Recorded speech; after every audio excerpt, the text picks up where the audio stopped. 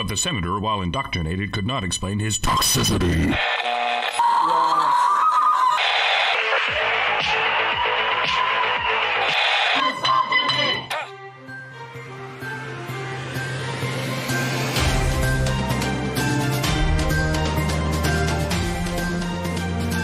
This is HBR News number 187, the insidiousness of No Nut November and those hoes owe taxes, with Mike J, Mike S, and Hannah W, and me, the Doge in charge, Brian M. So hello everybody and welcome to HBR News. I got trying out some new stuff, got a new intro, so this will be a little bit quicker. We have a good show lined up for you guys today, so thanks for joining us. Be sure to continue the conversations both in the chat as well as the comments section. On this week's show, we're going to be talking about the evils of No Nut November. I swear to God, like how it connects to the alt-right. I'm not kidding. The education gap in England and how it's expanding. Our thoughts on the thought audit. See what I did there? I said thought and thought in the same sentence. And a few more things. So stick around. It's going to be a good time. Also, join us afterwards for the patron-only after show. So, it's a slow day. Is it a slow day at Vice? Here's an image I'm going to show you guys. This is for the after show. Or are they really thinking that this is something cool people would be interested in? They have an article entitled "The Socialist Meme Lords Radicalizing Instagram" that got greenlit by every editor there, all the way to the website itself, seemingly making the claim that the left can meme. But they actually opened this article with an illustration that seriously has a minion from, what was that movie that all the housewives liked? Despicable Me in it. Yeah, and that's a meme. Yes, the minions, that's like cutting edge, edgy stuff right there. So we'll see what they have to say in the after show. So if you guys want to participate in our after shows, either as an audience member or a participant, please consider becoming a patron at www.patreon.com/honeybadgerradio. And if you don't want to wake up one morning to find yourself unable to find content because YouTube finally dropped the axe on our channels, go to badgerfeed.com. That's badgerfeed.com. All right, so we're going to just go ahead and get into the stories. I see that we have a super chat already, so I may as well read it out. Hoki Bukisa gives us $1.99 and says, "More like one nut November, am I right?" I see what you did there. Okay.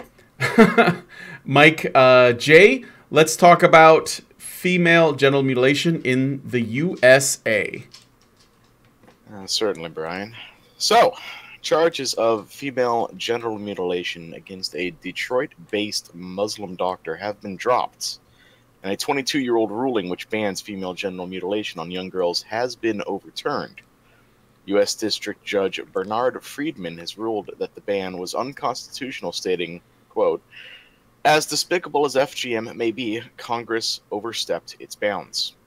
While Dr. Jumana Nagarwala, I've pronounced this like 100 times and it never gets easier, may not be facing the female genital mutilation charges anymore, there are still charges of conspiracy and obstruction on the table for him and several others involved. The director of Equality Now, Shelby Quast, calls the decision, quote, "a giant step backward in the protection of women's and girls' rights." Michigan Senator Rick Jones also shared his thoughts on the ruling, stating, quote, "I am angry that the federal judge dismissed the horrific case that affected upwards of 100 girls who were brutally victimized and attacked against their will. This is why it is so important for Michigan to act. We set a precedent that female genital mutilation will not be tolerated here. I hope other states will follow." As a result of this case, officials in Michigan have passed a new law banning female genital mutilation.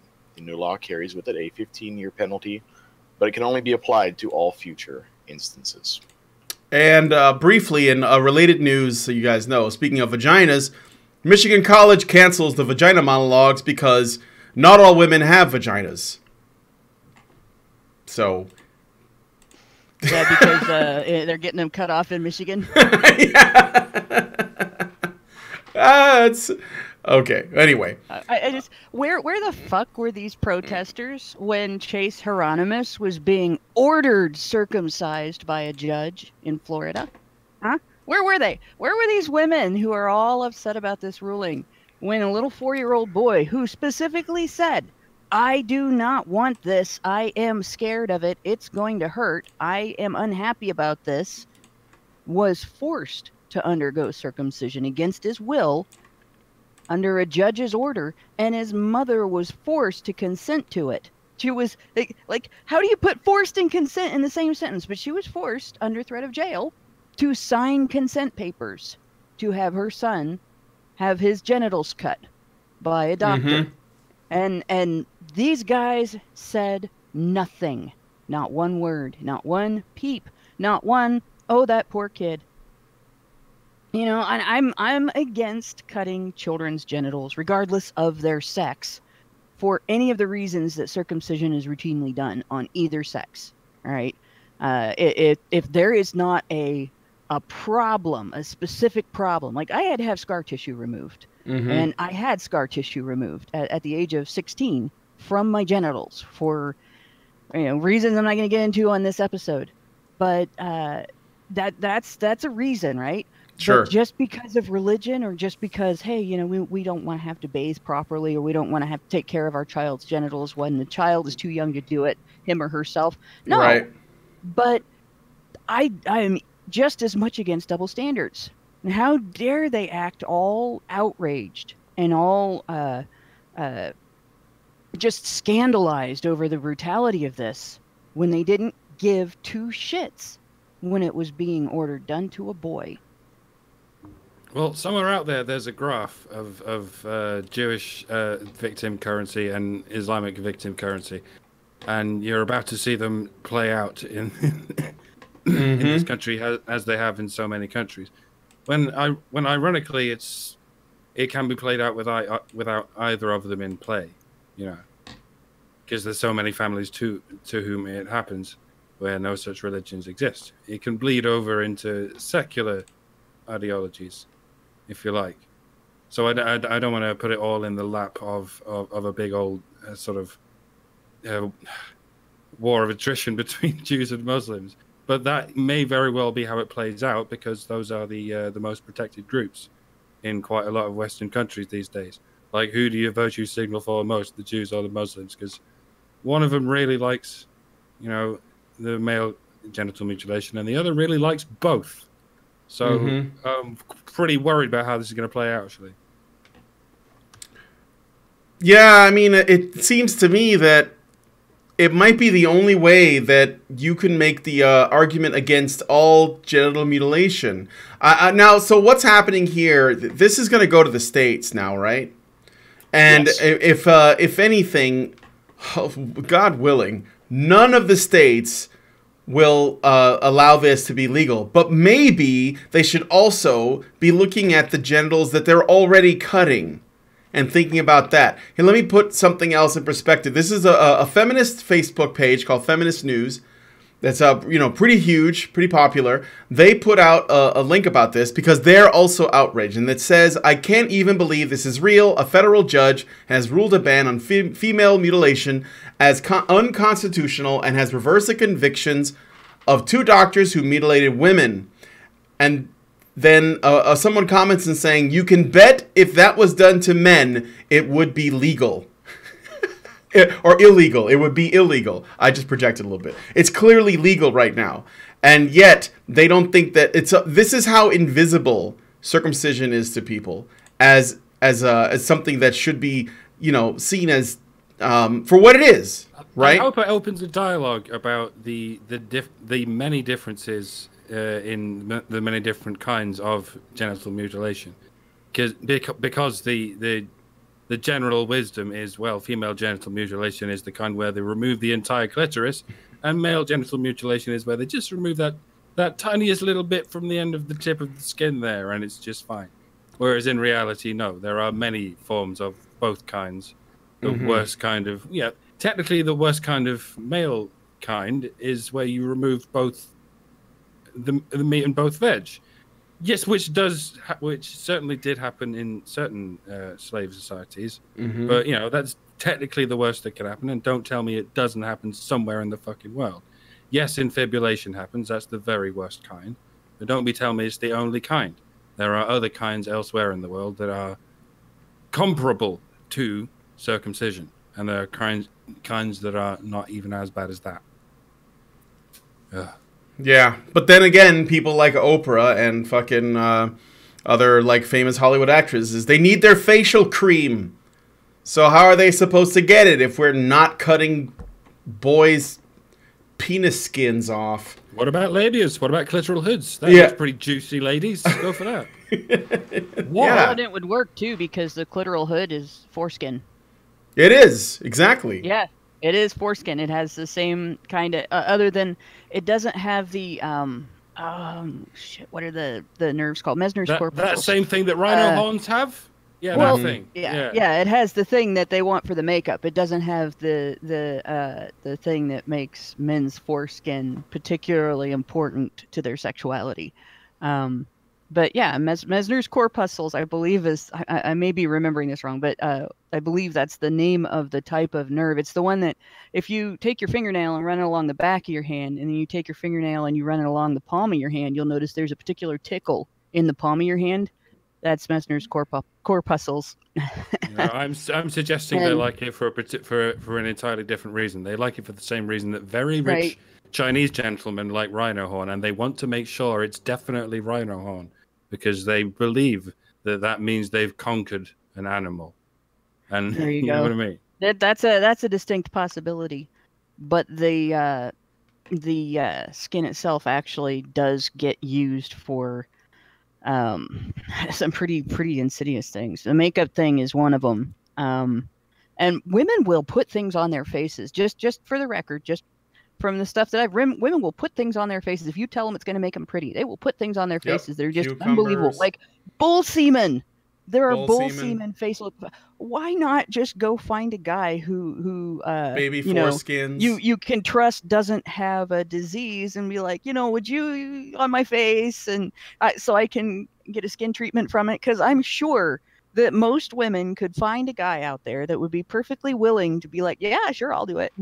But yeah, no. Maybe they've tried it a lot and it doesn't work. After seeing a lot of porn stars without their makeup. Makeup actually does. Hey, Mike J, it's No Nut November, bro. I hope that was more than a month ago. Makeup does damage. Makeup itself does damage. Makeup deprives your skin of oxygen. Yeah, and you need oxygen. It does. Yeah. It's really bad. Most makeup is really, even the stuff that's called non-carcinogenic or whatever that's supposed to not give you zits, it's still bad. And women will carry their makeup in their purse, and they will take their purse into the restroom, and they will set their purse on the floor, open, next to the toilet, use the toilet, flush the toilet, carry their purse over to the sink, put it on the sink, where they'll get their makeup out, set that on the sink, where other women have put their purses that have been on the floor next to the toilet, open it up and smear that shit on their faces, and they don't realize that they're putting fecal matter on their faces and on their lips and everything, in their eyes. So women will put all kinds of until they go to bed at night. This is a spoiler for all you incels out there, but at the end of the night, because they know that makeup fucks up their face, they wash it all off and they cover themselves with this fucking goo that's meant to re-moisturize everything, and then they sleep in that. And you're expected to sleep in their goo as well. Yeah, and it's a lot of times it's made of dirt, clay. Yeah. Clay is dirt. Clay masks are very popular. What's another one? Cucumber masks, charcoal masks. I can't use any of that shit because I'm allergic to stuff and all of it. And for some reason, my skin looks very healthy. Well, jizz is good for your skin. Well, for some reason, my skin looks very healthy. And you can see why people would try different kinds of jizz, and there's many different kinds of jizz. Chemistry is it's a funny old. You can imagine a sort of spin-off series of Breaking Bad. Well, just for the record, the humankind does work just fine. You don't need to go and whack off. Says you, Hannah. Says you. Well, unless you guys all have complaints about my face. But in something related, by the way, I meant to mention this before. Kate Beckinsale recently, she's an actress. She recently came out and talked about like how this new like foreskin facial she's gotten has made her look really young. It's really disturbing. This headline appeared alongside a picture of her face, which somehow seems less pretty now. Yes, it does. I can't quite put my finger on it, but she's not quite looking as good as she used to. And one other thing, but it's too, weird because we're creatures of we're visual creatures, right? We can only see things on the surface. We can't tell what's going on beneath the surface because we're just men. Oh yeah, that's right. Yeah, here's me saying no. Kate Beckinsale's not hot anymore because she's got a layer of baby foreskin on her face. Yeah, it's like I have morals that get in the way of my dick and shit, and yet men can't do that. It's weird. Yeah, it is. You know what? But I will bet you, if you brought this story up to her, she would be outraged. She'd just be absolutely outraged that a judge turned around and said that this law banning cutting off parts of female genitals in their childhood isn't valid. And honestly, what needs to happen now with both of these is lawsuits. We need to have. We're in the age of medical records being better than they've ever been. They're ever going to be. They're not gonna get any more complete, I think, than they are now. You can have your DNA as part of your medical records. So, what else are they gonna have? Your past lives, but you should be able to find out as an adult who circumcised you as a child. And whether you're male or female. Who cut your genitals as a kid, especially the younger generations. You need to start seeing people going back and suing their doctors for doing this. Because it's the problem with trying it in the criminal justice system is the criminal justice system stops at acquittal. You can't appeal that because it's not allowed. It's double jeopardy, right? You don't deal with that. So in the civil system, you have appeals on both sides, and you can sue for malpractice, you can sue for non-consensual practice, you can sue for whatever. As long as you experience damage and you have learned that it is associated with what the doctor did, and you feel it's a violation. As soon as you're an adult, you can turn around and file a complaint, file a lawsuit. And that's the only way, is people coming back and saying, no, I didn't consent to this, and I'm not happy about it, and I want to file a lawsuit against my doctor, and litigating it through the court systems, both sexes litigating it through the court systems, and until it becomes so dangerous financially for these people to perform this kind of procedure that they just stop doing it. And that's it, because we're not going to be able to trust the government in terms of the legislature or in terms of upholding criminal law to deal with this. The closest we can trust the government on a National Health Service. Yeah. Good luck. Closest their hands are clean already. Yeah, but the closest we've got to being able to trust the government on this is going through the civil court system. So. That's the only thing I can think of. And hopefully we're taking steps in the right direction so far. They passed that one against FGM in Michigan with really what it looks like little to no resistance. Yeah. And I'm guessing other states they're going to be looking at this and going, oh well, this is what we have to do now. And I've got no doubt you'll see at least 3 or 4 of these pop up within the months to come, and then maybe we can start dressing the guys. Yeah, I just start seeing that this is a problem regardless of gender. I just worry that it's the other way around. What do you mean?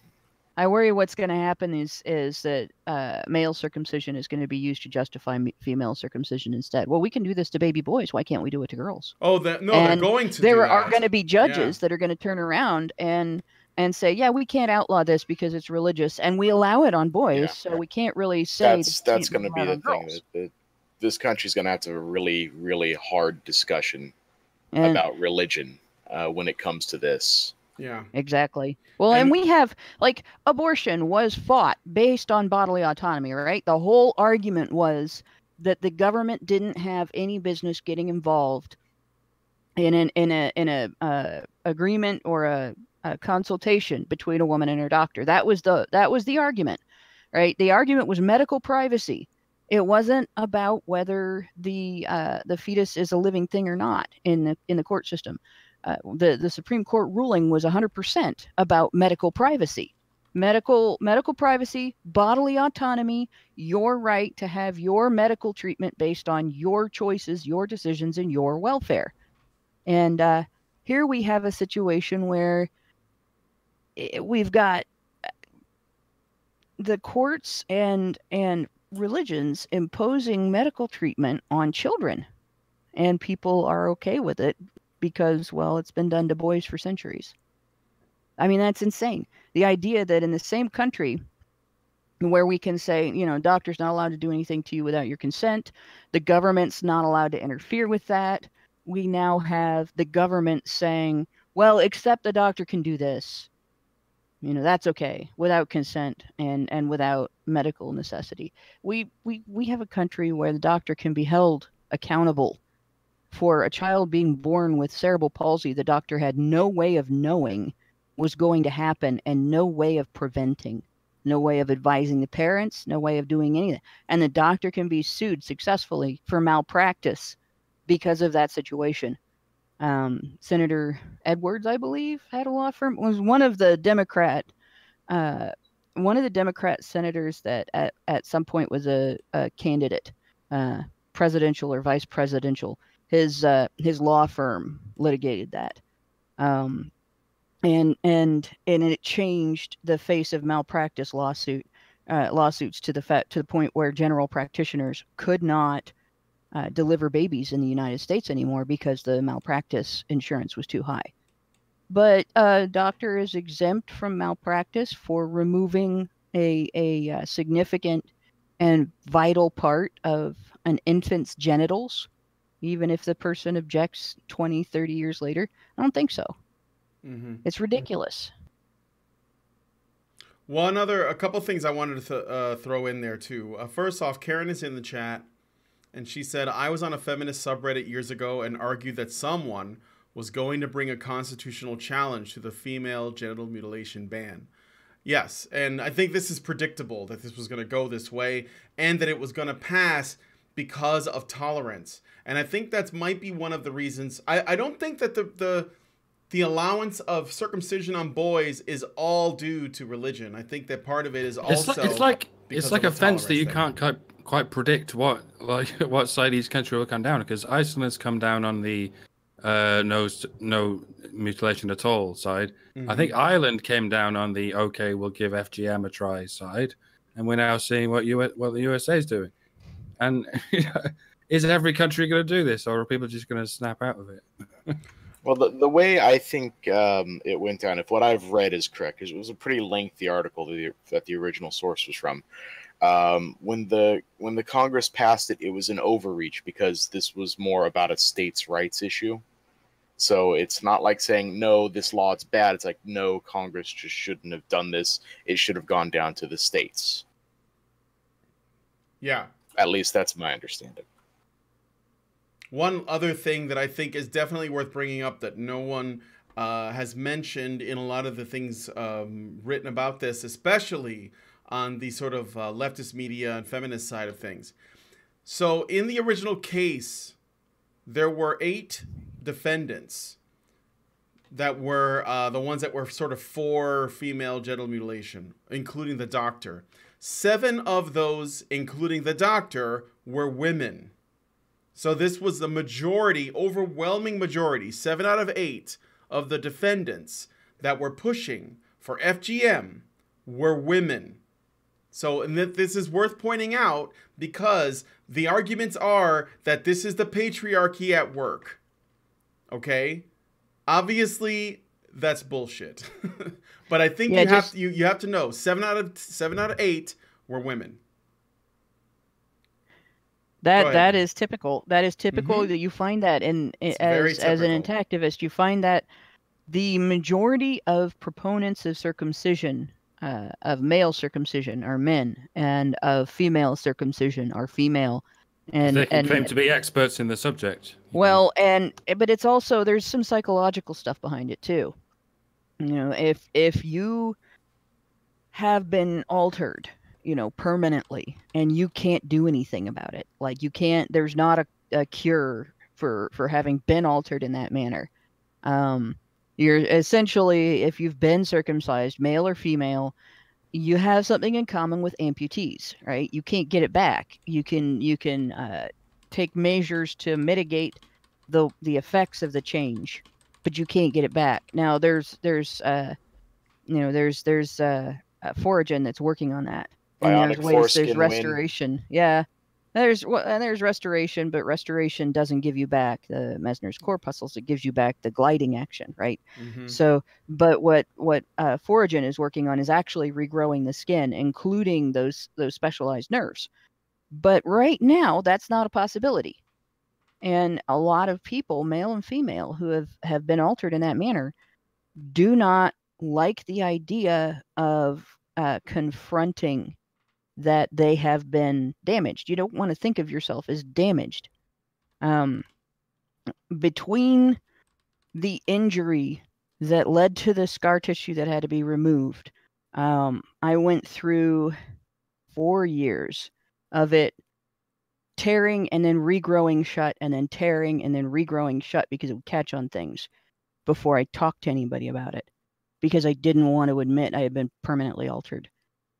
It's very hard to admit. This is, especially when people call it mutilation, it's very, very hard to deal with. You have been mutilated, because that doesn't feel very, it doesn't make you feel attractive.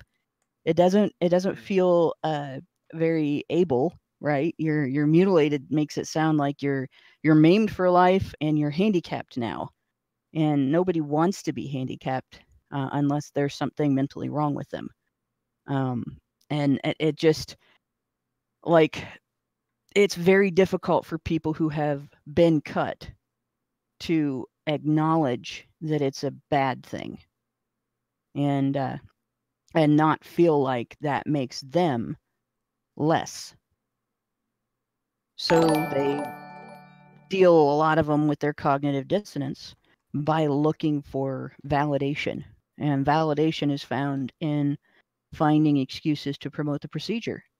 So you have both men and women who have been cut, who haven't gone through the grieving process, who haven't become able to be okay with acknowledging, you know, this happened to me and it was bad and I suffered for it and I have lost something that I had a right to not lose, at least not under that circumstance, right? Without feeling like it makes them less, like it's disparaging to them. The people that are in that situation, the people who have gone through that and who are able to reconcile that, become intactivists, and they're usually very angry about what happened to them. Yeah. But the people who go through that and instead they turn away from it and they break off to no, I can't deal with that. They become circumcision activists, and they promote the idea, and they get very hateful towards intactivists, and they especially get very hateful toward intactivists of the opposite sex to whatever sex they are. And I've run into that quite a bit. Okay, so I got some super chats, but just before I go into those, I'm going to read them, and then we'll move on to the next story. Again, just a reminder, it's mostly women that were for this, and the doctor who performed the surgery, I guess a surgery procedure, whatever, did the mutilating, was a woman as well. So if somebody tries to make the patriarchal argument, you know, or they try to make the whole, this is the bad men of Islam for this, just tell them, oh, they say I'm too low now. Just tell them it's mostly women doing this. And this is actually very similar to the case where they found that shooting range where they were training kids to be school shooters in New Mexico, mostly women. So just remember that. Women have a big role there. They have a lot of power in there. They're probably going to make a Hollywood movie about that woman who spearheaded like circumcision. Probably starring Scarlett Johansson or something. Yeah. No, you mean starring Kate Beckinsale? Yes, starting the new and improved Kate Beckinsale. Okay, so super chats. Hoki Bukisa gives us $1.99 and says, no, it's November. With regards, I think, to Mike J's comment on porn stars. We don't know them because it's November. Egregious Charles gives us $5 and says, in the U.S., the federal government can't regulate murder any more than genital mutilation because it's a state issue. Yeah, I think that this ruling, I guess you could say, is not really going to matter much because I don't think that they actually have the authority to make that happen. It has to go to the states no matter what. All right, so thank you, Charles, and thank you, Hoki, for those comments. Let us move on to the next story. All right, I gotta go here. Family separation. Okay, so a family separation in Japan created more angst in a daughter's development than her mother could stand. The daughter was a baby when her father disappeared from her life, and as she got older, she expressed a yearning to reconnect. At around 10 years of age, the daughter became very withdrawn and was being bullied because she didn't have a dad. Single parents are often stigmatized in Japan, so it's different, right? It was at this point her mother acted, contracting a man from a relative rental agency. This is a thing in Japan. Japan is so incredibly capitalist. They have a thing for everything that you can buy. A thing in Japan, she hired a man to play as a fake dad. That was 10 years ago, and the actor has been playing this role a few times a month, joining them on days out, trips to the cinema, and visiting for birthdays. The actor's services are not cheap, each visit costing 10,000 yen, which is about 70 pounds or $90. But her mother believes it is money well spent, as her daughter has grown into a happier and less hesitant young adult. However, it is all based upon a deception. When the actor says he loves his daughter, he does not mean it. Her mother also has an attachment to the fictional dad character that the actor is playing, telling him how she feels to be reminded he is just doing a job. No matter what your job is, you have to wonder when you're going to be replaced with a robot. Yeah. Meanwhile, in the UK, police scrambled helicopters, searched cars leaving a shopping center, and carried out door-to-door inquiries after someone contacted them saying they thought they had witnessed a man kidnapping a girl. It turned out that the pedophile was actually her loving father. TM. a little bit of contrast in stories there. So I thought that those were interesting stories to mention. I don't know if you guys have any thoughts. I just want to point out one thing: the changes in the child in the Japan story. We hear from feminists all the time how unimportant it is for dads to spend time with their kids, unless they want to guilt trip them over not spending time with their kids. Then it's really important. But when we start talking about custody rights, it's the mother that's important to the child, right? It's the mother that gets emphasized and everything. And yet, over and over again, whenever evidence becomes available regarding the effects of father absence on their children, it becomes readily apparent that they are every bit as vital to the child's development as the mother is. It is insane that we allow children to be separated from their fathers just because they're dads. This feels like an episode of Black Mirror. It feels like it already happened in a weird kind of way. Even a person that's acting like a dad can actually help a girl or a boy develop into a highly more functional human being than otherwise. That's amazing. We understood this in the 80s. I just want to say, we understood this in the 80s. If anybody remembers all the ads for Big Brothers, Big Sisters, we knew this then. Why do we not know it now? Wow. I was talking about this with my friend last night, and we both kind of came to that conclusion. Like, this story didn't seem real. Like, he was telling me, like, where were the names changed? Do we have any confirmation of this? And I said, oh, I don't think they're going to give that out in BBC, what their actual names were. I'm pretty sure these are all pseudonyms. But it's crazy. And this kid is gonna, oh man, this kid's gonna have some issues When she finds out. when she finds out. Yeah, oh hell that's the worry I have. Yeah, when she finds out, I don't know. That's gonna be fucked up. Well, hang on. Wasn't the kid, around age, What? around 10 years of age? The daughter was, because she knows. If somebody comes along at 10 years old, you know.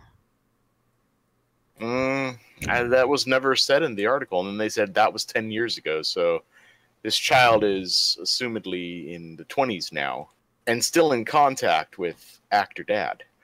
Well, it says that around 10 years of age, the daughter became very withdrawn and was being bullied. So she was at least 10 before. Yeah, before this guy was and introduced. then the flash forward was 10 years ago. Right. And so apparently, So she it's must like if have it's still In that window. well, if it's still happening, then wouldn't that assume that? Well, it know? also says the mother became attached. And the mother has an attachment to the physical dad character the actor plays. So she may continue to do this for as long as she lives or as long as he lives, whichever is longer. And we know how that usually works out. You add in. They do this in Japan with CEOs of companies, right? They actually adopt like young men. Like it's like actually it more resembles adopting a son than it sounds like I'm saying. But CEOs of companies who don't have someone to pass their company onto very often go through this process that's comparable to adopting a child, except it's an adult man. And they adopt this adult man to take on their business and such, and I think it's like reverse nepotism. Kind of. I guess it's reached the point where people are starting to ask themselves, what else can we do this with? It's what Charlie and the Chocolate Factory was about, except for with a kid instead of an adult man being adopted. But that's basically what was going on there. So that's not unusual. There's a lot of there's a husband rental service in Japan. I remember reading about that not long ago. And it was the guy you can rent a guy to come and do the things around the home that husbands do. Basically, it's not actually a sex thing. It's not sexual prostitution. It's I will fix your sink prostitution.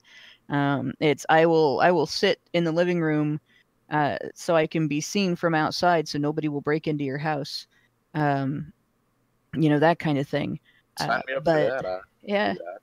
And there's actually I've seen guys do something similar here in the U.S. I don't know if they necessarily use the term husband, but they're guys that are you can bill yourself out as a handyman. You can advertise, I will do XYZ for this much money. And there's no law against it. Anybody can do that. There's no law against saying, other than, advertising for services that you have to have certification to perform when you don't have that certification. If you were to advertise, I'll come and sit in your living room for a couple of hours a night and watch your television so people can see from outside there's a man in the house and they won't break in. And people would pay you for it. There's no law that says anybody could prosecute you for doing that. And like people in Japan figured that out, and hey, steady income. I just thought if you made the dad a robot in this, it would be a pretty decent episode of Black Mirror. I was thinking it'd also be a pretty good. This is like the plot to some like feel good holiday movie that Hollywood could make. Make the dad George Clooney. Yeah, we got it. Well, I was gonna say Bryan Cranston. I like good actors in my movies. I don't know about you, but he's Hollywood. The one who would get it. Let's be honest. Hollywood would have to use a twist ending. They always used, it's actually that's the real dad, or the real dad comes along and then there's a conflict. The real dad is Bryan Cranston. That's how we'll spin it. There you go. Well, the only plot involves money, so it's clearly a romantic comedy, the kind of movie that women like. There you go. There you go. Okay, so so anyway, guys, give us your thoughts on these two stories. I thought they were pretty interesting, and we'll go ahead and move on to the next one. So this is about education.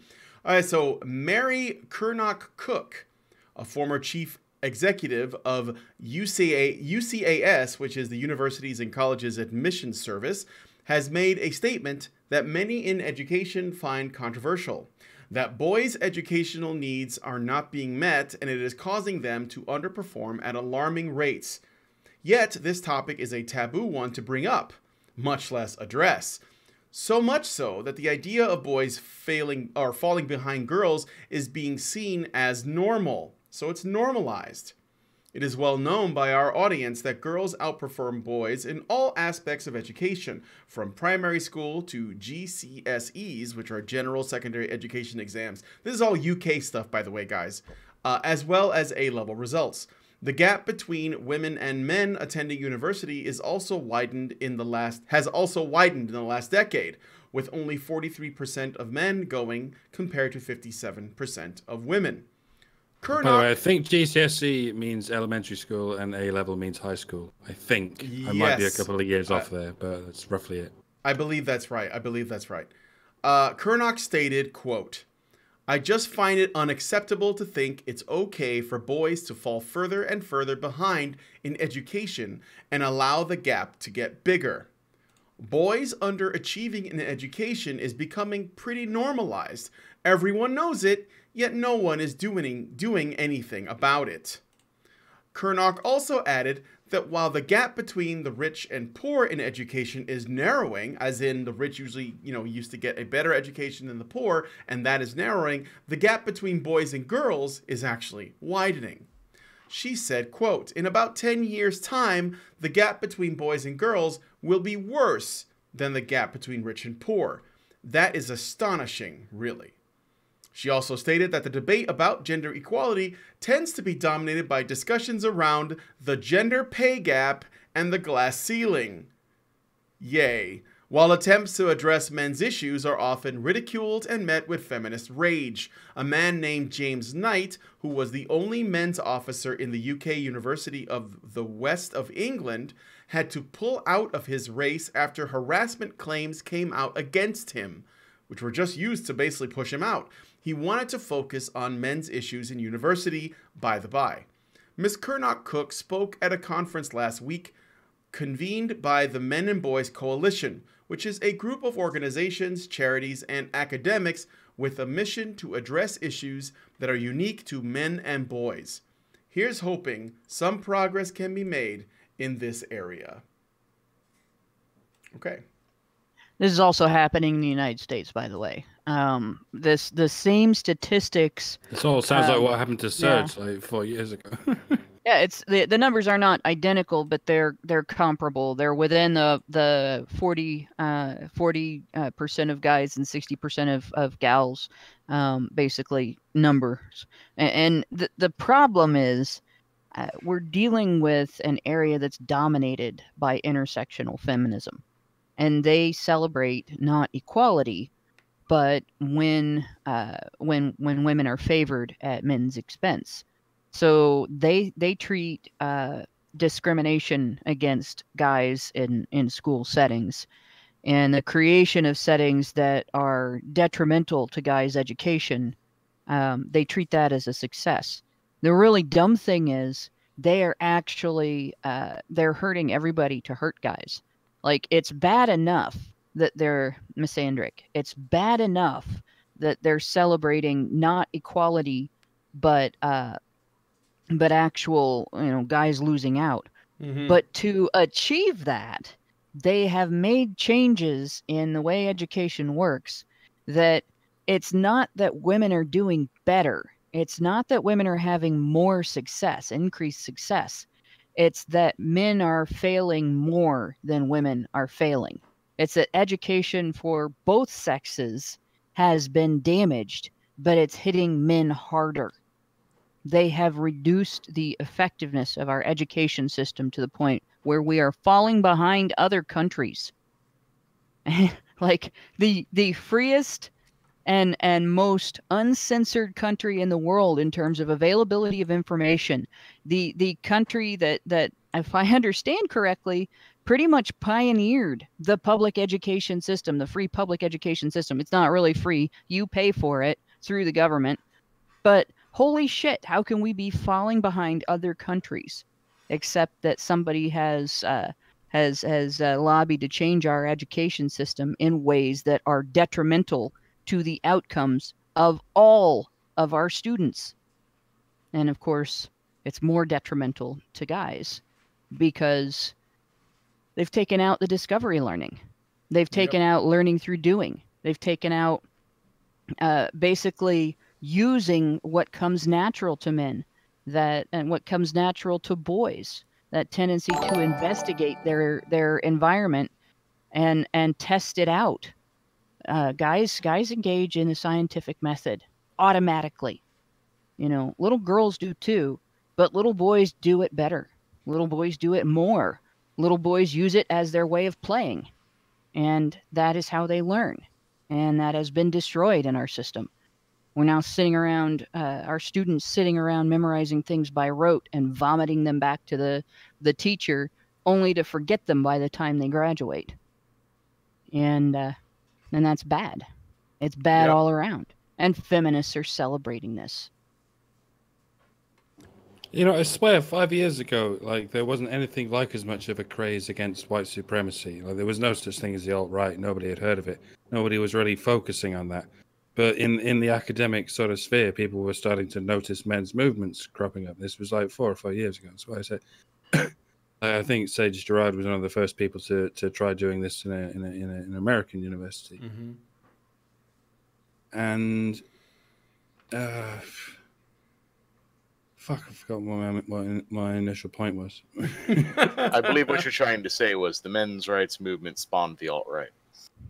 Oh no! Well, I think they looked at it for a while and thought, right, how do we propagandize this? And they said it in whatever sort of way they say it in, and they realized they can't get away with naming the men's rights movement as the enemy and still call themselves a gender equality movement that's just about men's rights and women's rights as well.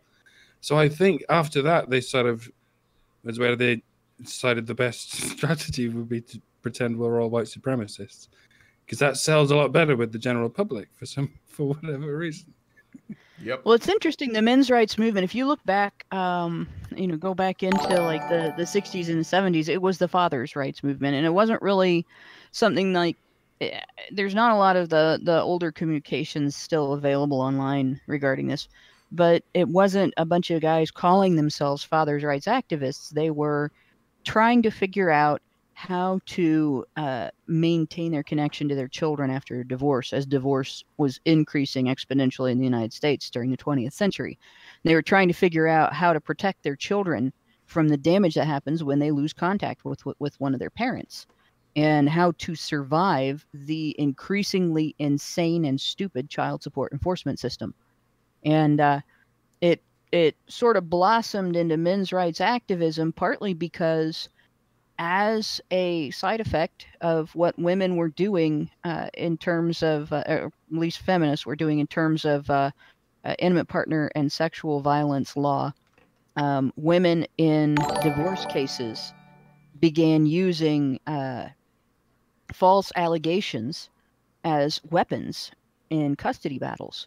And so you had, in order to protect their relationships with their children, fathers had to become due process advocates too. And then they also started to have to fight the idea that men were just these horrific predators that had to be kept under control by the law, and under every nice guy, just under the surface, inside that nice guy was a monster waiting to rape everything that moved in his vicinity. And that became the men's rights movement, but they still didn't call themselves men's rights activists. It was just people talking politics. And you don't see a lot of stuff that was out of the old message boards and that people would talk about in person. And you can see some of the old news articles because they're online. But it really wasn't until the 21st century that you started hearing people labeled men's rights activists for talking about men's rights.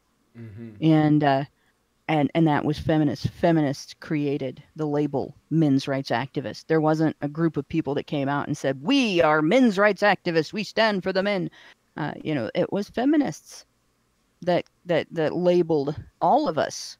And it was a derogatory label. Oh, you guys are men's rights activists. What rights don't men have? And if you start telling about it, they run out on the conversation.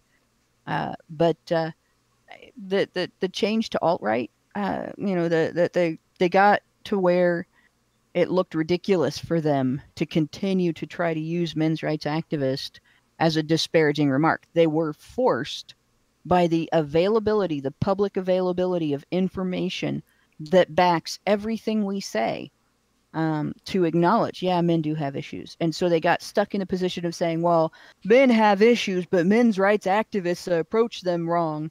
And then trying to make up shit about how we approach men's issues and how we talk about men's issues. And they are now, facing the situation where people don't buy that anymore. Out comes this whole alt-right thing. And, maybe there was a group that called themselves the alt-right. I don't know, because I wasn't part of the creation of that. So I don't know exactly where that comes from. There were Richard Spencer. Yeah, but feminism coming out and broadening the term, social justice warriors broadening the term to cover anybody that disagrees with them, and trying to use it. They equate it simultaneously with Nazi and anyone who objects to infringements on due process rights, which is hilarious because that's Nazis infringed on due process rights left and right. That is just their next step in, well, we're telling this lie and people have stopped believing it, so we have to come up with a new lie. Here it is. And that's it. They can't disparage people who advocate for due process rights anymore. They can't disparage people who say, people shouldn't hit each other at all. Not just men shouldn't hit women. Nobody should hit anybody. They can't disparage that because it's a sensible thing. So now they have to come up with something else, and that's it. The most destructive thing about the Nazis is they were equal parts left and right. They were just really authoritarian, but they had everything bad about the left and everything bad about the right. And ever since then, you've had a bunch of capitalists saying, let's not be like Nazis, and a bunch of communists saying, let's not be like Nazis. And it's sort of meet in the middle in this ideal sort of ogre-like enemy that doesn't fucking exist. So you're saying they were the ultimate centrists, but the worst kind. Yeah, well, one of the most effective ways to get society to accept something that is really awful is to combine it with maybe one good thing. Like, well, we're gonna improve the economy, so we're gonna do it by killing all the Jews. Well, it may not be necessarily that it was that blunt, obviously, but that's basically, we're going to improve the economy by killing all the Jews. And the way they found to phrase it, and the way they found to slowly persuade people to believe that, and the way they found to scare people in terms of, well, you can't question this, right? If you question this, we're going to take away your public funding for this initiative or that initiative. Well, if you question this, we're going to tell all your neighbors you hate Germany. If you question this, there might be some people show up at your house in the middle of the night, take you away, and nobody's going to do anything about it because they can't, and it just, that slow progression, it got it through. But it starts with, combining something evil quietly and carefully with something that people want, something that's good. And that's been done in the United States. It's been done. In fact, Nazis learned shit from the progressives in the United States, from the eugenicists in the United States. It's been done in the UK. It's been done the European Union. It's been done all over the world. It's been done throughout history. And until the regular Joe in the world figures out to see through that and say, bullshit, no, just because you combine this evil thing with something good, it doesn't necessarily make the evil thing okay. We're not doing the evil thing. Let's find a different way to do this, the something good. We're going to keep having evil things done by our leadership over and over again in the name of good things. Okay, I got some super chats, and then we're gonna go ahead and move on. I got a lot of super chats actually. Let's see. French Honey Badger and Capistan gives us $5. Thank you. And says, just like socialists, they want to put down the rich and pull up the poor, and their policies end up pushing the rich higher and trampling on the poor. This is with regards to the education thing. Hokey. I wonder, by the way, if this like desire to close the gap between rich educated kids and poor educated kids was also the same thing that created the gap between boys and girls. I wonder about that, but I don't know. Hokey. It is much easier to think of things in terms of colors and genitals than it is to think of things in terms of economy. So uneducated people are naturally drawn towards aesthetic things like that. It's much easier to create a racist than an economic ideologue. You know what I mean? But you can convince the former that they are the latter. Well, you can use one to create the other. Yeah. Okay, Hokey gives us $4.99 and says, I'm 100% for gender segregated schools. Both girls and boys do 30% better. Plus, you could tailor the courses more towards each gender's strengths. I agree with that. Crawl Dragon gives us $10. Says, we might not have such a problem if we didn't live in a society where it is socially unacceptable to ask an authority figure why instead of taking what they say as read. Catherine Scully gives us... Oh, I'm sorry. Does somebody want to say something to that? I heard a noise. I was just going to say, we live in a society. Catherine Scully gives us $5 Canadian and says, the word Nazi is thrown around so much that all it means now is something I don't like. This is true. I prefer commie for that, but okay. Tyler Preston gives us $5 and says, you hear how SJWs are justifying cam girls who are supposedly avoiding paying their taxes? They use the Trump tax returns excuse to defend thoughts. Oh, whatever. We're going to get to that. That's later. Don't spoil it. We're going to get to that. Okay, so thank you guys. Don't get me started on Al Capone. Yeah.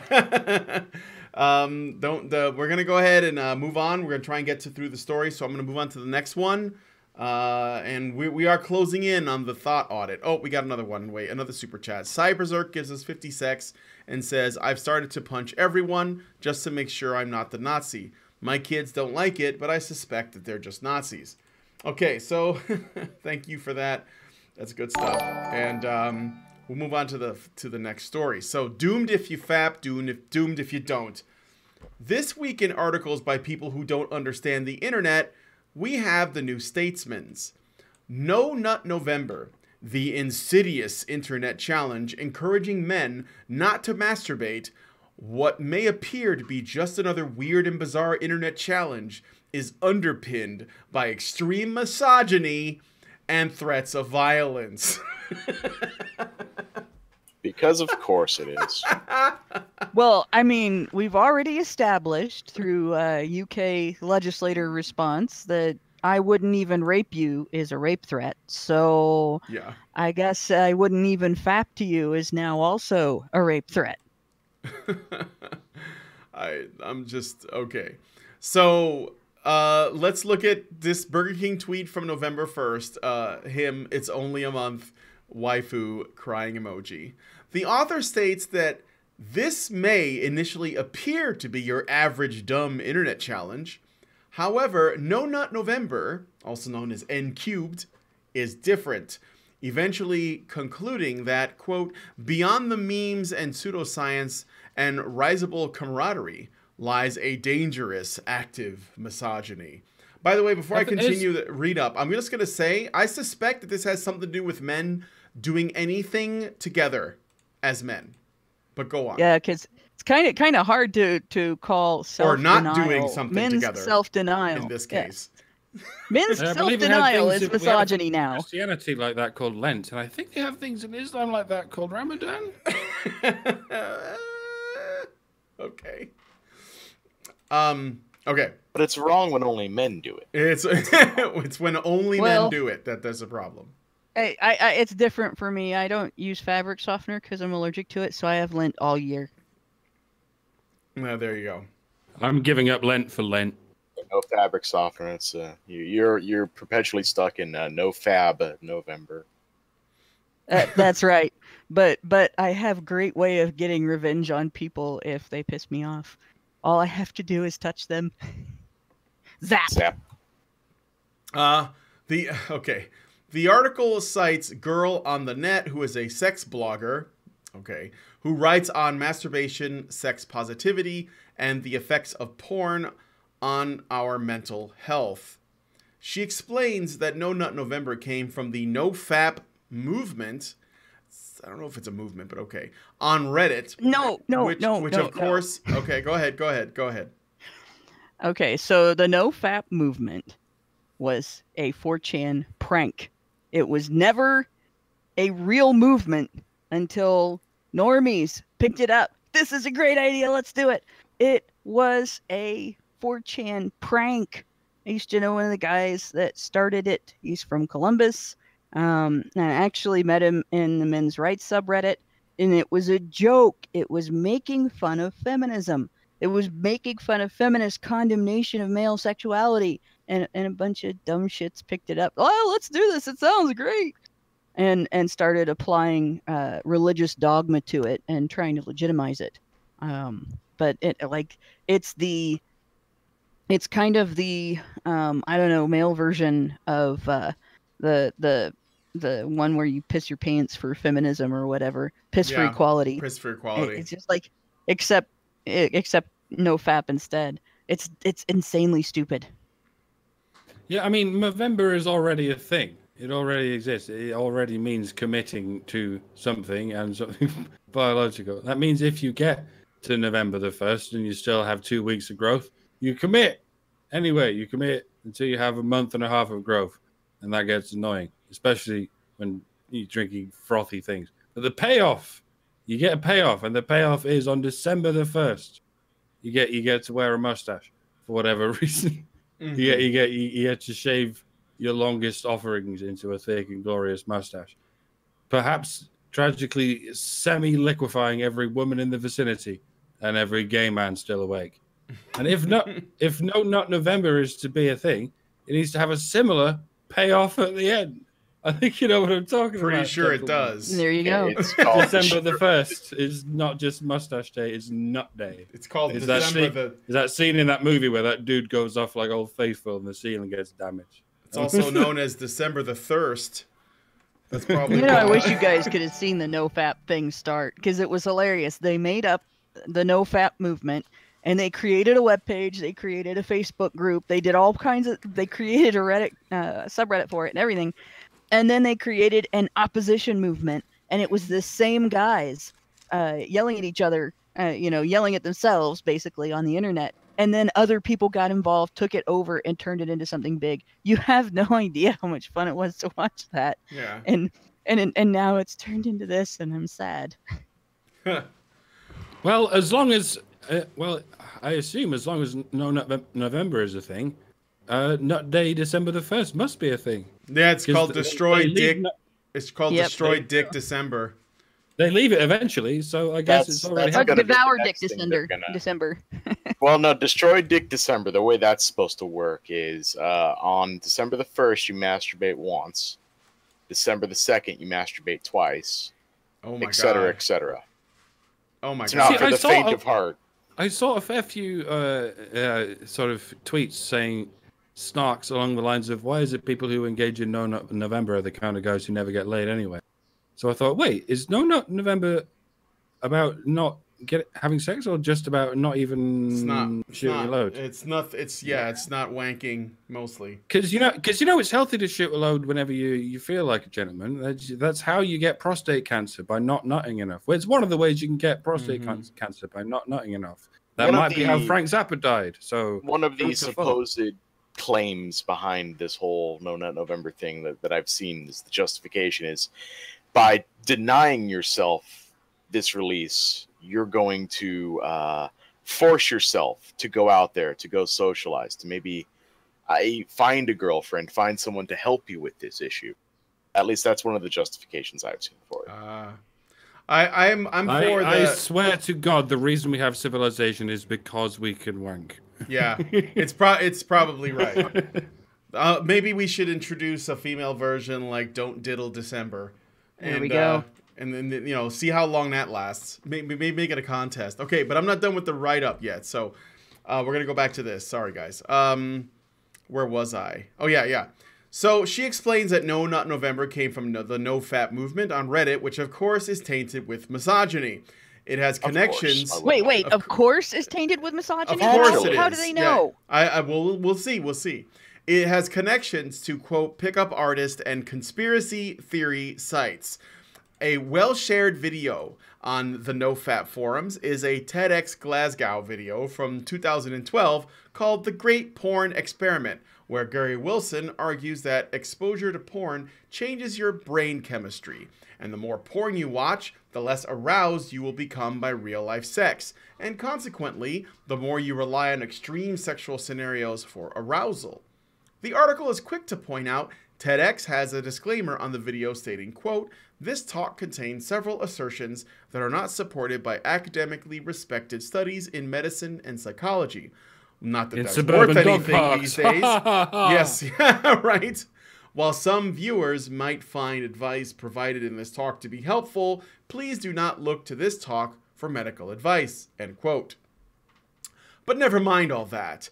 The article also covers a NoFap Discord support group using a worrying chat. This is how it's described, as worrying, as an example. What is the chat? Well, here's something from it, okay? Quote, "A trans woman explained that she was beginning to take her male to female hormones prescribed by her doctor, a medical treatment to make a trans person's hormone levels more in line with the gender they identify as, rather than the one that they were assigned at birth. The woman explained that her doctor had recommended that, for the treatment to go well, she needed to ejaculate at least once a week, otherwise there would be complications. Despite this warning, though, she said she felt she needed to commit to No Nut November, insisting on her loyalty to the cause. Although a few people on the thread objected and told her that she obviously should listen to her doctor, many others encouraged her to participate, arguing that No Nut November came above all other priorities." Rampant misogyny. That's what that is that we just heard, folks. Trans misogyny. Wait, how is that? How is that Precise. misogyny? This is how it's being described. I don't know what to tell you. Anyway, because it eventually hurt a woman, Hannah. Yes, you're not paying attention. It's just that doesn't necessarily, like, misogyny has a specific definition, and it had an even more specific definition before feminists got their grubby hands on it. Definitions don't matter anymore. Yeah, apparently not. Words Like, meant I hate postmodernism. We're post words now. We're post definitions. Okay, anyway, the author then tries to tie all of this in with racism and the alt-right, because that's what you do in 2018. From the article, the anti-masturbation philosophy and pseudoscience, though, has managed to extend far beyond the reaches of weird online trend into mainstream discourse. This has been the most recently evident in the Proud Boys, the far-right political group that was banned from both Facebook and Instagram for... Oh yeah, we're going down this rabbit hole. There was banned from both Facebook and Instagram for hate speech at the end of October, and for whom no wanks is a key tenet. Is it? Are they? No. That's not how this works. That's not how any of this works. They're just making shit up. And the biggest twist of this article is they don't tie it in with Gamergate. What? But there was a perfect how many opportunity. pages are in between this and whatever they feel about Louis C.K. Because I was listening to you saying that and thinking, well, I'm going to go on a diatribe about how much I love wanking, but I thought Louis C.K.'s done it. He's done all the best material about how great it is jerking off every day. And you think, like, these exact same people have to turn around and say Louis C.K. should never work again because he did it in front of consenting women more than once. Oh, God. Okay. So moving on, it gets better, I think. Okay, so the anti-wanking community is an excellent recruitment tool for the for the far right. They don't call it the alt-right here. I guess it's not quite alt-right in this case. Girl on the net tells me. Young men who feel ashamed of themselves are encouraged to put themselves through, let's face it, a very difficult physical test, all while reaching out to other frustrated men on the internet, many of whom are misogynist and racist. Evidence? Who needs it? We don't fucking need it. We're just saying things right now. It's clear. It's time to police these no-fappers, assembling together on Discord and Reddit, many of them as young or younger than 15, and teach them porn is fine and does nothing to your brain chemistry, to get objectifying women more. Like if you fap to porn, you're objectifying women. If you don't, then you're also objectifying women. Oh, well, I understand how you could police fappers. In the old days, it used to involve weird gloves and like some kind of spermatic trust that was named after Stevenson. Now they want the opposite. They want state-enforced masturbation. Yeah, they want to police no fappers, and I think that means police enforced masturbation. And oh God.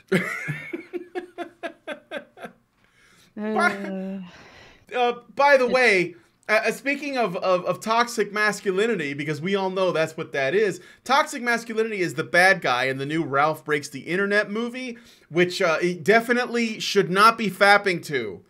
And thank you, NPR, for showing us the level, your smooth brain intellectualism with this review. But anyway, I just wanted to throw that in there before we moved on. But please, let us talk about No Nut November and how it's racist. Am I the only one that remembers a time when NPR was halfway decent? No, I think it was probably before the Trump election. No, it was way, but no. Actually, no. The last thing I remember listening to on NPR, because I wanted to listen to something on NPR, I was not old enough to drive yet, and I enjoyed laughing at the generic state song from the back seat of a car where I was being transported to some school event by the parent of another of my classmates. I was the only person in the car that thought it was funny too. No, wait, no, it was definitely before that. It was before Obama. It was right around the Gamergate time is when I started to notice this is not accurate what they're reporting.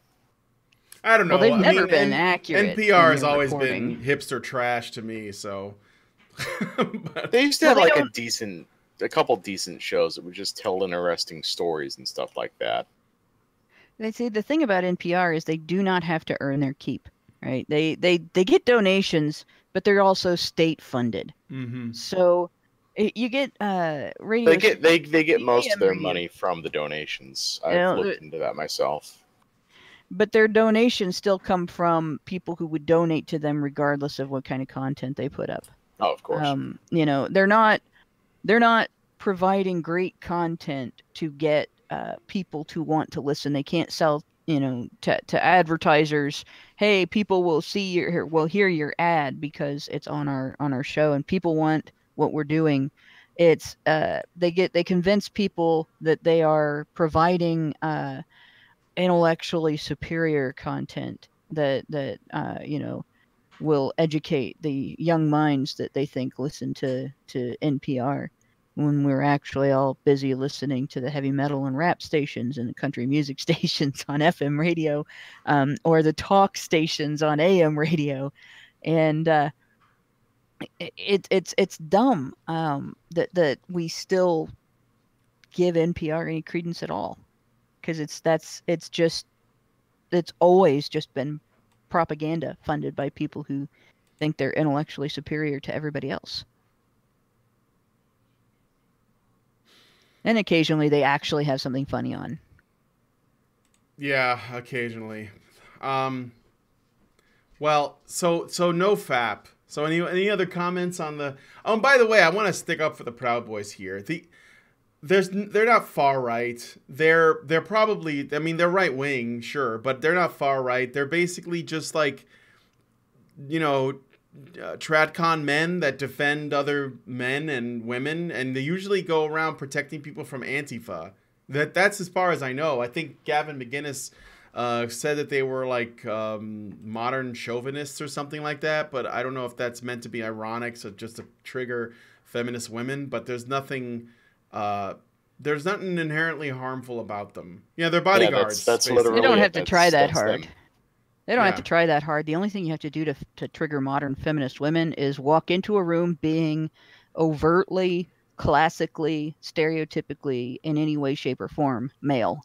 Yep. And that's it. It's, oh my God, there's a guy, and he's displaying toxic masculinity by not being effeminate.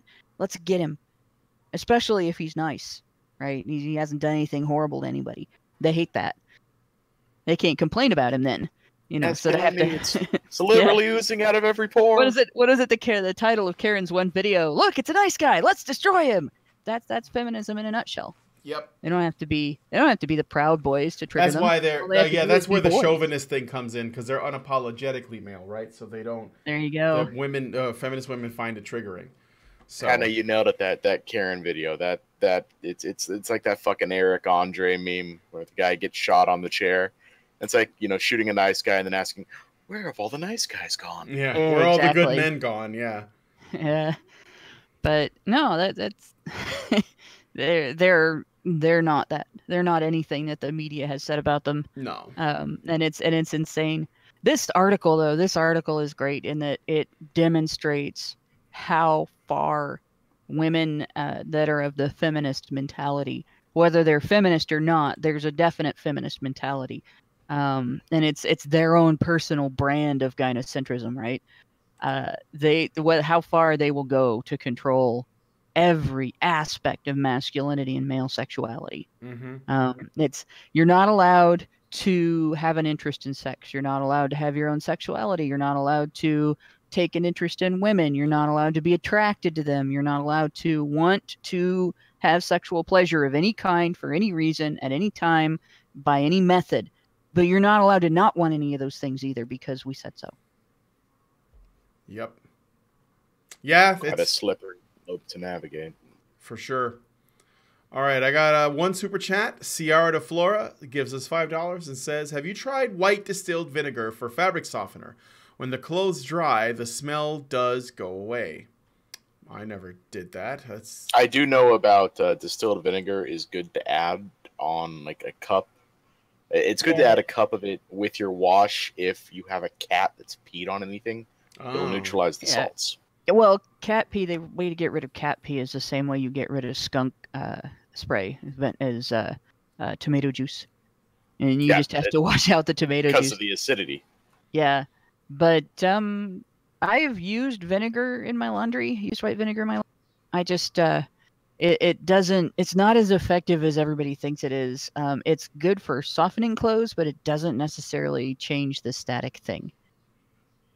I remember the first day I could afford to buy a bottle of fabric softener once every 6 months. Oh, I'll never forget it. Okay, so thank you for the donations, and we're gonna go ahead and get to the last story, but we saved the best for last, I think. Mike, give us your thoughts on thoughts. Oh, you don't you shall mind. receive them. So, a new Twitter hashtag is caught on. Hashtag thought audit. But what is hashtag thought audit, you might ask? The thought audit began, as most things do on the internet, as a 4chan stunt which involved reporting Instagram and Snapchat sex workers to the IRS for collecting untaxed income. Things really got moving when the hashtag and concept of the thought audit was spread by Dariush Valiazidi, better known as Roosh V, as we all know, who is the leader of the MRA. Yep. In a tweet, Roosh V, again, leader of the MRA, stated, quote, "Online thoughts are finding out that all income generated from their breast and vagina is taxable. Men are aggressively organizing to report all thoughts. I don't blame them. These girls are getting a free ride via beta bucks in a broken sexual marketplace that is rigged in favor of females," end quote. Roosh V, once more, leader of the MRA, also states that there's a financial incentive to this as well, because whistleblowers could potentially receive up to 30% of tax collected. While the term thought previously stood for "that hoe over there," One 4chan user now suggests this term should stand for "that hoe owes tax." Yeah, I've been predicting for some time that we're going to use the term "thought" so much that someone's going to make it illegal. Someone somewhere somehow is going to, if not make it officially illegal, then program the bots to make it illegal in some platform or other. You know what I mean? Mm-hmm. It'll be labeled hate speech. And this is kind of funny. Though like there isn't any way they could be collecting income online that is going to come from an aggregate that does not give you a form based on what kind of collection you're getting. What kind of money you're bringing in that you can use to disclose to the IRS that you have income. And most of them, at least most of the systems I've seen online, they have an income threshold. So if you only make $300 the entire year with what you're doing, they probably won't send you anything. And if you get audited and it shows that you only made $300, you're under income from a hobby, right? So you're not going to get in trouble for that. But if you make $3,000 and they send you a thing that says you made $3,000, this is how you report that $3,000 to the IRS. There aren't going to be women that are going to be able to say, well, I didn't know I had to report that to the IRS. They're going to have gotten a communication from their, whether it's Patreon, whether it's PayPal, whatever it is, they will have received some sort of communication from them. You made this much money. Here's how to report it to the IRS. So they know that they have to report that to the IRS. Well, it's the fastest way to turn a bunch of internet cam girls into libertarians, I'll tell you what. Saw a great image of like a cam horse slowly morphing into Ron Paul.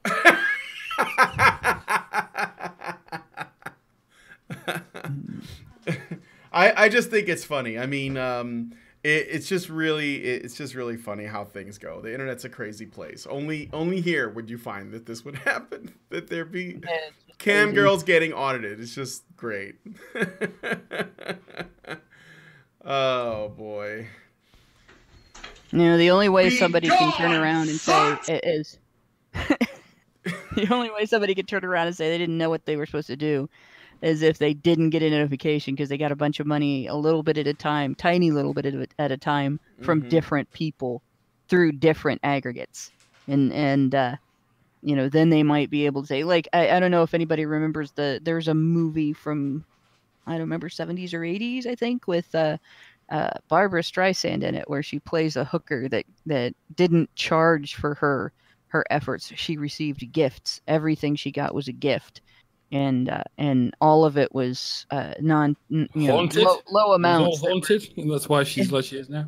No, but all of it was lower than what she should have to pay taxes on and all that. So they couldn't bust her for prostitution, and they couldn't bust her for tax evasion and all that stuff. Somebody might be able to get away with that kind of an argument, but they're not going to be able to get away if they have a Patreon and they're saying, I produce this content and you pay me for this content. And their Patreon has sent them the notification. Hey, you made 3,000 or 5,000 or 7,000 or whatever on this content. So you got to tell the IRS. They're not going to get away with that. I don't think it was Yentl. Much like I've also been predicting, like if we ever have a king instead of a queen, the monarchy will be over within days because of this. And if women ever figure out that they have to pay tax just for being paid for being sexy, then maybe like the whole tax system will be over in a matter of weeks. There you go. Like doing the taxes and sorting out the money and things was something that the husband like traditionally did for quite a long time, wasn't it? Like for pretty much most of the existence of taxes before we started introducing this female vote and stuff. Now 100 years later, even the average woman has to try and figure out maths. And believe me, Mike, we lost him for a second. The thoughts got him. Oh no, we lost him. He'll probably be back. But I just wanted to say that I just want to make sure he doesn't come back while I'm talking. Yeah, we lost him for a second. Well, he's got a good point, though. Yeah, go ahead. Women have been traditionally okay with the tax system, and they have traditionally demanded a lot of things be funded by taxpayer dollars because they don't have to see the money get taken out of their households to pay for those things. They don't have to see the money get ripped out of their paychecks. They don't have to see the money get ripped out of their husband's pockets to pay for those things. And they don't have to make the connection. Hey, I'm demanding, quote, free, end quote, birth control. And for that, quote, free, end quote, birth control, my middle class family is going to have our taxes increased a percentage or two, and it's going to cost us hundreds of dollars. And people with incomes above us are going to pay thousands of dollars, and people with incomes above them are going to pay millions of dollars. Once we get to a point where women are starting to notice that the tax responsibility is falling on their shoulders because their income is not lower than men's, because they're following feminist advice and they're all working full-time plus and taking dirty and dangerous jobs, they're going to get pissed about how much money the government takes out of their checks to pay for all of those things that deadbeat women have demanded. Yep. And by the way, men are still the majority of people who are paying into the taxes. So, of course, one of the things that I think the people who are behind this thought audit, like the guys who are like reporting women, these you know, I don't know, what the people with premium Snapchats, and I guess it's probably gone beyond that into like Twitch streamers and such and stuff like that. Then I think that's actually going for the women who have been evading taxes. You know, it's probably going to. I think this is one of the reasons why these guys are doing it, because they're already the majority that are paying in already, men, right? Also, and I see that Charles put a comment in. I'm going to get to it in a second. There was a girl who got. Some of these girls, they get like thousands of dollars in one donation. Like there was one girl who got 30 grand. You know, this is very common. And it's not, she's not like giving them sex. She's just on Twitch showing her cleavage, talking to people, you know, maybe playing a video game in a smaller screen. This isn't like sex work in that regard. I'm sure that the thing is, it's what we call sex work is a little bit ambiguous because, for example, there's a lot of guys that are into feet, and on Instagram, you're not allowed to do any nudity. But there are girls who put photos of their feet up there, and they get, you know, attention for that. So, like, does that count as porn? I mean, it's not for me, but it is for guys that are into feet. So, like, do they get money for that? And when is the cutoff, as we were saying? So, Egregious Charles gives us $5 and says, gifts up to $15,000 are untaxed. This encourages never setting a clear price. Not giving snaps to some people would be defense for IRS. # make a thought. I think he could probably expand on that afterwards. One other thing I gotta mention, not entirely related, but it kind of is.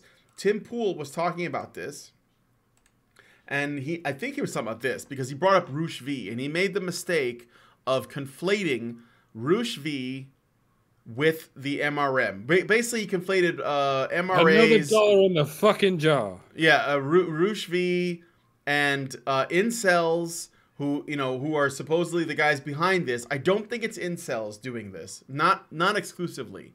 I don't think it's incels doing this. There might be some. 4chan. But It's always fucking 4chan. yeah, but they're not incels, right?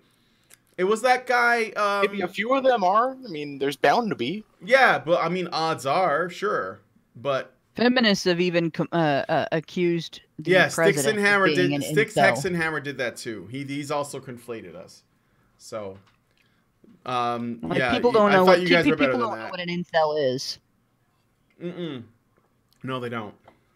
Because, like I said, feminists have accused the president of being an incel. How many times has he been married, and how many children does he have? So they don't know what an incel is. He is the worst Right. incel ever. He's just not even good at being an incel. That's his He problem. just sucks He's at it, so that's what it bad. is. He doesn't even know that he's actually an incel. Orange That's how mad bad at being incel. Those aren't actually his kids. He bought those with his capitalism. Anyway. There will be an atheist present before an incel president. Mark my Mike's words. back. You dropped Yes. out. Did you want to finish your point, or did Hannah already do it? Or No, I've already forgotten it. It doesn't matter. it's okay. I think Hannah. Given how got it. seldom I speak and how seldom my internet goes off, it was incredibly unlikely that it would just happen to happen, but it did. It did. I happen kind of to figured happen. you were. I kind of figured you were heading toward pointing out the fact that as women become the higher wage earners and as women start getting taxed more, they're going to figure out what a raw deal the tax system is and start objecting to it. Once they have to see what's being done to actual taxpayers. Yep, let's hope enough of them are still within reaching distance, rationally speaking. Mm-hmm. I hope when so. women want something is when shit happens, you know. Yep, that is true. Imagine that. Cam whores fix the tax system. Wouldn't that be just the greatest of days to see that happen? That sounds like an awesome movie title. Another super chat from Charles. He says, let me just take a look here. If she doesn't give anything in return, it proves to the IRS it's a gift, not a payment, and untaxable. So it encourages that behavior. Okay. Any other... So, what do you guys think? I know the thought audit isn't like new news because it happened over the weekend. But let us know what you guys think about it in the comment section. And is there anything that we left out? Because I know there's been like kind of a lot surrounding it. I just again, I think it's funny. The internet's a funny place. And yeah, man, you know, like, look out. The tax man don't care. Oh, the IRS was offering, I forgot to mention this, weren't they offering 30% of the taxes? Yeah. That's what I said on the Reddit. It's 30% of any of the tax collected. Yeah, up to. So I don't think it's a flat 30%. Yeah, up to 30%. Yeah, it's up to 30%. And in the meantime, we're talking about the credit system they have in China now. Like it is completely different. It would be deceptive to compare the two. But you can see where the parallels might. No, yeah, I mean, we don't have it to the point where it's instituted in our legislation, but we do have a kind of Chinese Sesame credit system. Remember, we talked about the Sesame credit in China years ago. We did that on a news show at least 1 or 2 years ago. So, do you have Sesame credit? Yes, I think that was the title. It was called. Yeah. Can you tell me how to get to Sesame credit? Yeah. Yes. Can you tell me how to get to Sesame credit? So just keep that in mind. We were here first. All right. Anyway, do you guys have any other thoughts on any of the stories? No pun intended. There are no more thoughts. There are no more thoughts. Big gone. They've already gone. We found the wage gap. It was in the thigh actually, gap. In the thighs. Yeah, it was in the thighs. The gap was in the cleavage. Actually, there probably is, when you think about it, now that you mention it, there probably is a thigh gap which changes the wages that a girl earns depending on how big her gap is. I don't know. Somebody will have to investigate that fully, but it won't be me because I'm married. So, yes, be sure to investigate the gap fully. That's right. Just don't fall into it. Get right in there. Mind it, though. Mind the gap. All right, so we're going to... Be sure to use proper spelunking equipment. Yeah, make sure. Okay, so we're going to go ahead and get out of here and go into the after show where we're going to be talking about this story about supposedly the socialist meme lords are radicalizing Instagram because apparently the left can meme. I'm interested to see what it says. If you want to become a part of the after show, you have to be a patron. So do patreon.com/honeybadgerradio and go there to join us. So with that said, we're going to go ahead and get out of here. Thank you for joining us on this episode of the HBR News Show. I have been Brian and was here with the Mikes and Hannah. Thank you guys so much for coming on. And you guys have a good one. We'll talk to you very, very soon.